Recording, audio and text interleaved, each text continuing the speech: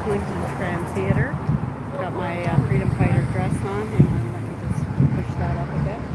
Anyway, I'm out here at the Freedom in front of the Grand Theatre in Toronto. And there is Tommy Robinson speaking. So I thought I'd do a quick live and just show you where I am.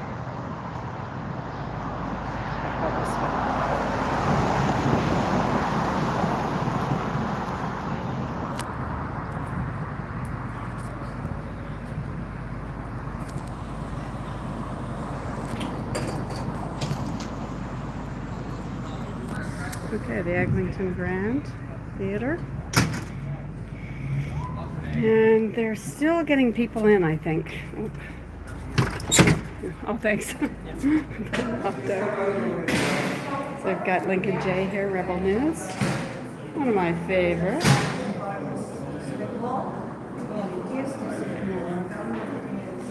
But I don't want to interfere with their...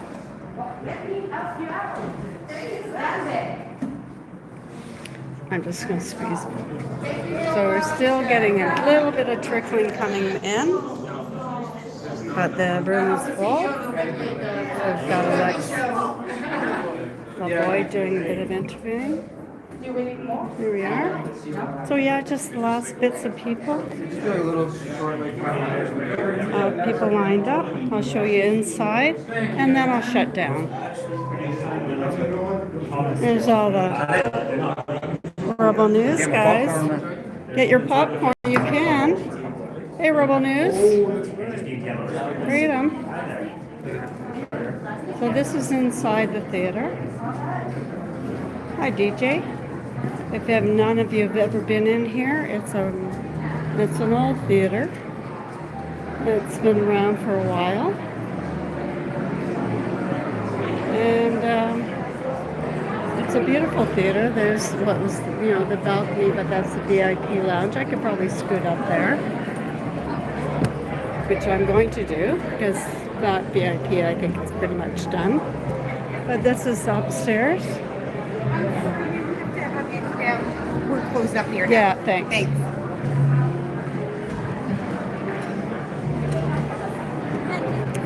I'm on live right now. And coming down here, so they're closing that up. And we've got drink tickets. We've got the Rebel News crew. Got David Menzies. Sarah's a little tired, but she's been working hard at Got You on Live. And Tamara Ugolini. But it wouldn't be through us. All their sweatshirts and product. So this is the crowd. We're not going to stay on too long. Got Efren.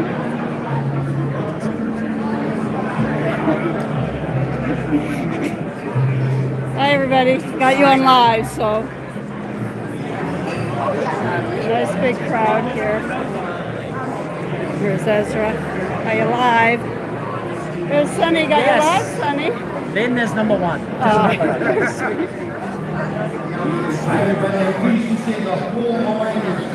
Okay, I think everybody's in. Priscilla Butch here. Hi, Clint. Oh, there's Priscilla and Butch. Priscilla. And I'm going to let my Clint and Catherine are on. Say hi. There you go. And the show is about to begin. Hi. How are you? My little friend? Okay, so I'm not going to really stay on. We got a bar. We got bartenders. Bartenders are always good at a bar. And that's kind of a real quick scoot around the room. You're very welcome. Hi, Priscilla and Butch from Catherine. Yeah. Isn't that nice? So I'm just going to be at the back here for a little bit, but I'm not going to stay on live. So I can just, relax and watch the show.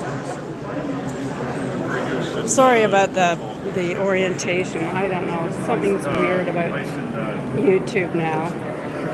We got a PPCer here. So this is the crowd. It's a beautiful old theater. And there you have it.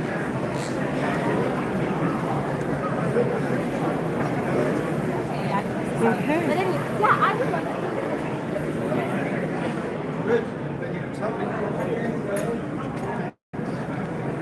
Just one of the receivers. Oh, there's Tommy. There. Oh, yes. Got a little bit of him.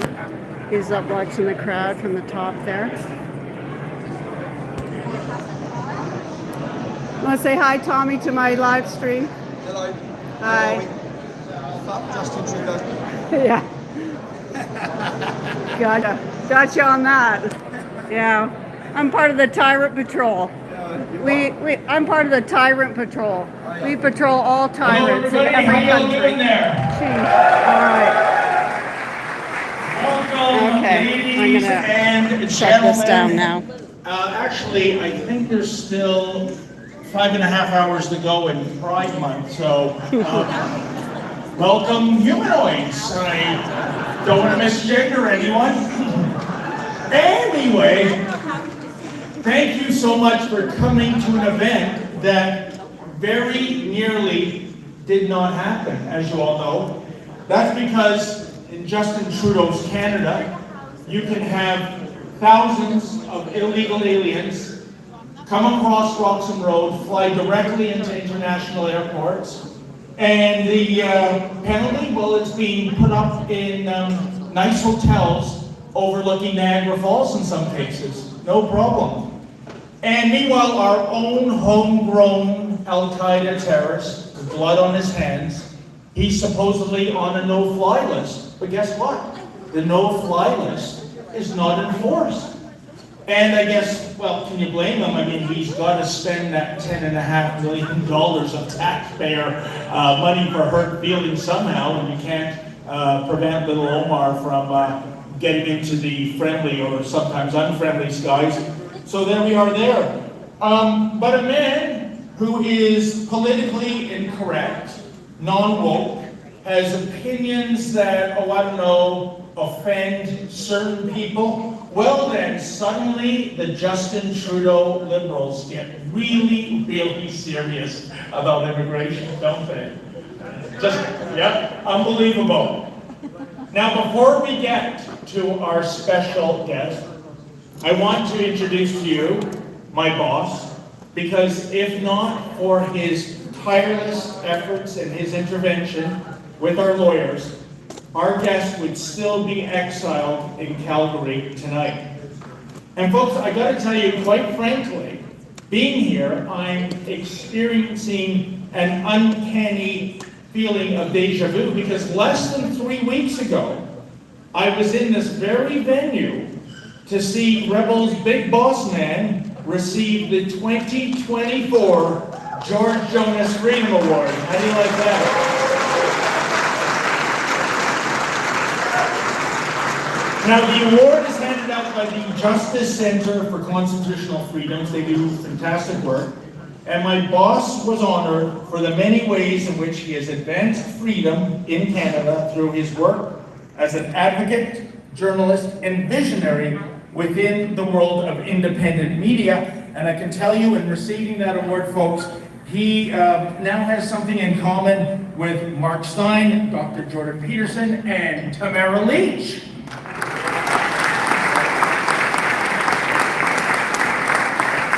That is nice company to be in, for sure. So, without further ado, let me introduce to you Canada's #1 freedom fighter, the Ayatollah of rock and roll, Mr. Ezra Levant.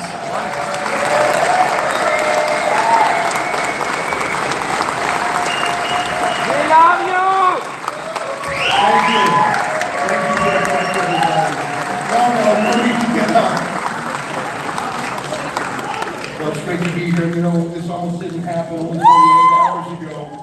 We freed Tommy from a bizarre and unusual and irregular order. Tommy had just given a speech in a venue similar to this in Calgary. A little bit of a smaller crowd. And I thought the speech was good, but I wouldn't say it was an eventful night. Nothing dramatic or shocking happened. Just a lot of people went home and said, yeah, that was very interesting. And as Tommy walked out the hotel, and maybe you saw this, only 30 million people did see it. As Tommy walked out, 8 police, 4 of them plainclothes undercover, 4 of them uniformed, swooped him up, stuffed him in one of a caravan of SUVs. It was like a rendition or something, like they were arresting El Chapo or something.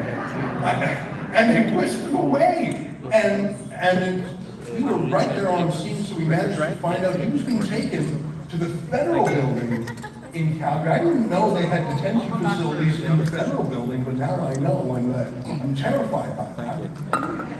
We managed to get on it right away, and Tommy was released after midnight with restrictions. I think you know this. He was not allowed to leave southern Alberta. And it's a beautiful place in the world, with all the places to be trapped. Southern Alberta's got to rank as one of the best, but it's still a limit on a man's freedom.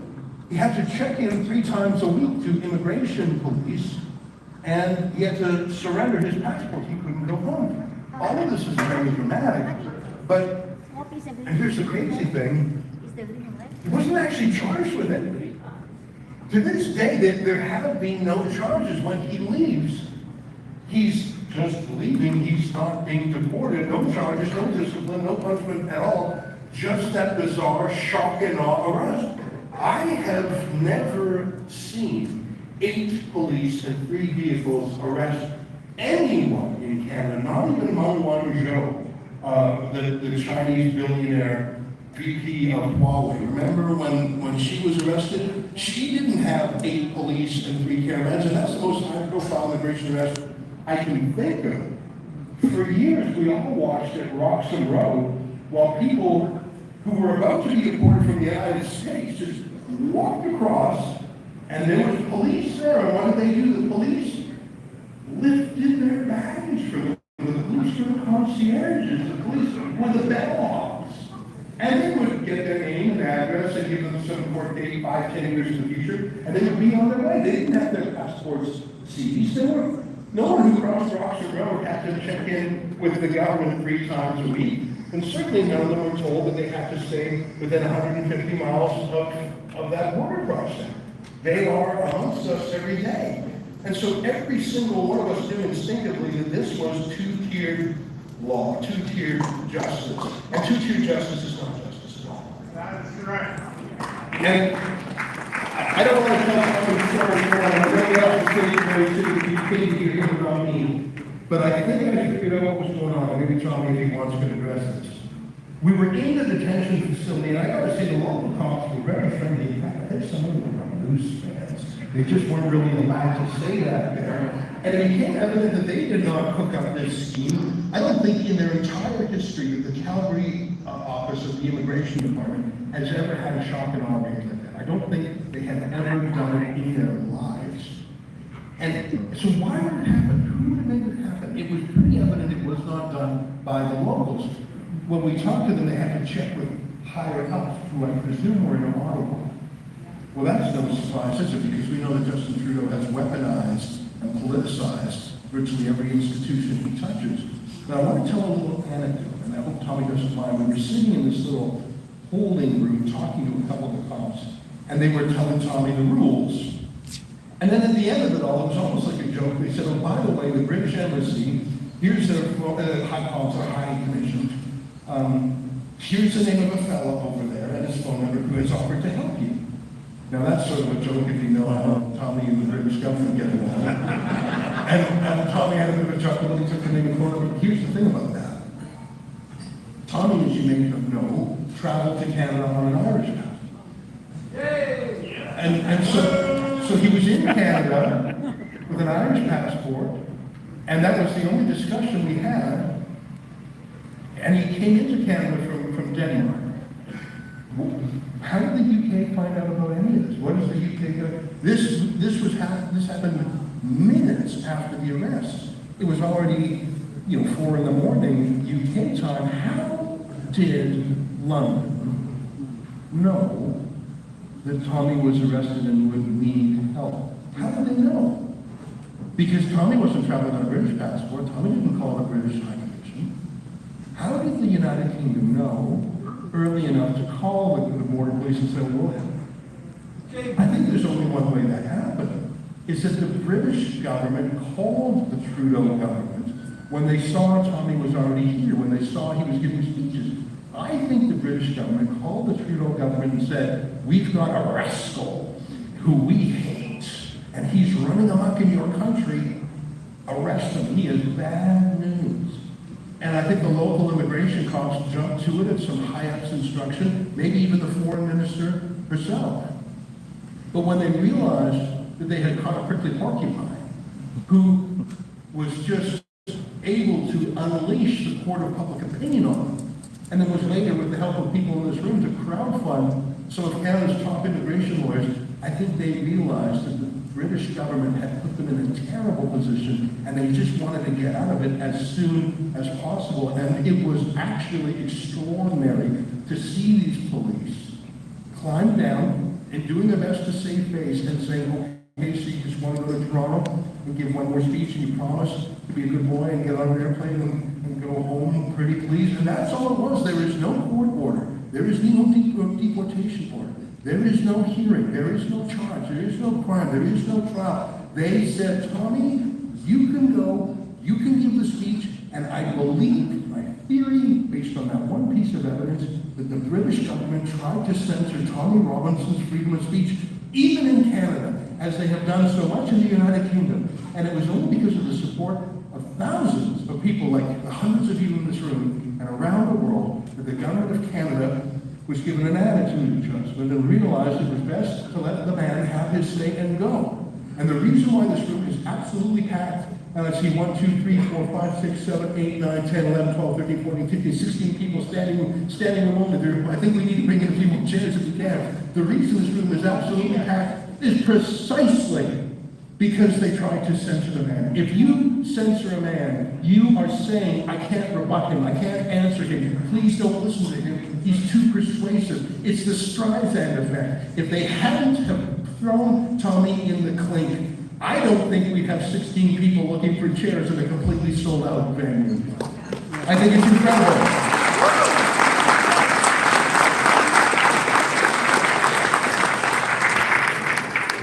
Tommy Robinson is a journalist. Tommy Robinson is a reluctant free speech activist because his journalism has been silenced. Tommy Robinson is a happy warrior, and Tommy Robinson is beloved around the world. You may not agree with everything he says. You may think some of what he says is too much. But you must admit that the man speaks from the heart, and he speaks from experience, and he has the right to say what he says. And what he says is a warning. Like Cassandra, he tells us of the challenges and the risks ahead. And we would be foolish to silence such a man. And we should listen to his warning, even if we choose not to heed it, and some will not. But surely the alternative is not to silence such a man, and not to jail him, has been done in the United Kingdom, and to Canada's shame was done for a few hours here. Let me now show you a video of some of the outstanding work and battles of our friend and our special guest tonight, Tommy Robinson.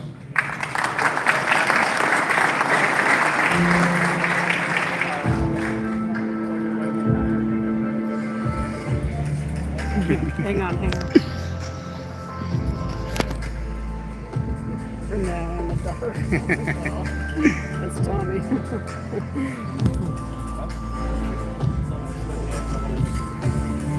Okay, so that was Tommy. Anyway, I'm going to jump off this live. It's dark, and that's that. And who's ever on this chat that's being ridiculous, I'm not interested. So I'm here in take Rome, it as. the day after an Bye, everybody. shockwaves through Europe. I'm in Luton, my hometown, so I'm in Berlin. We're in Germany. We've come Freedom. to witness a women's march. We're in Berlin. Thanks for everybody Then for have joining. journalists drive up here, you get a full paragraph, do they work for, check their company, tell them you want to see a pass. You've been cleared.